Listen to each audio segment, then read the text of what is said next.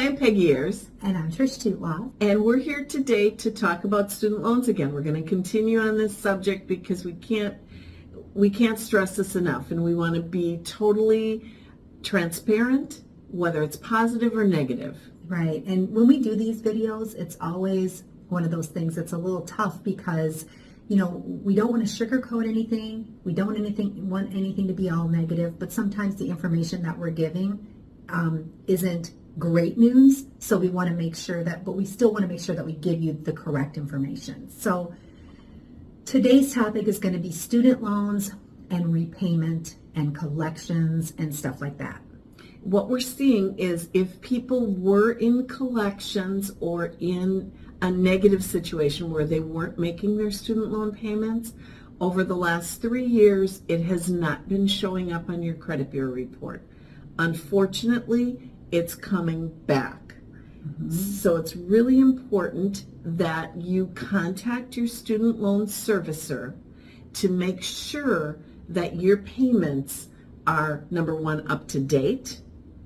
Number two, that they're showing that what the payments are going to be. Mm-hmm. So you want to start a payment plan. Absolutely.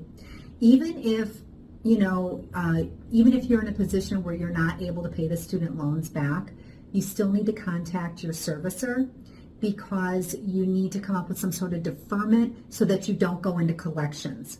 Because I know a lot of people have said that, don't student loans, aren't they different? Like mortgage companies don't look at them the same as other debts and collections. In all actuality, what happens is if you've been really late on student loan payments in the past or they enter collections, it really does bring your score down. So in that manner, yes, we do look at that because it's brought your score down significantly. And so that's why it's really important that now that everything is, coming back up on your credit report, after the whole COVID thing where the student loans were, taken off the credit report, you weren't required to make a payment or anything like that. Now it's really very important that, like Peggy said, you get in touch with your servicer. Even if you have to go into deferment for a little while, I have seen some really low monthly payments that they're allowing people to do.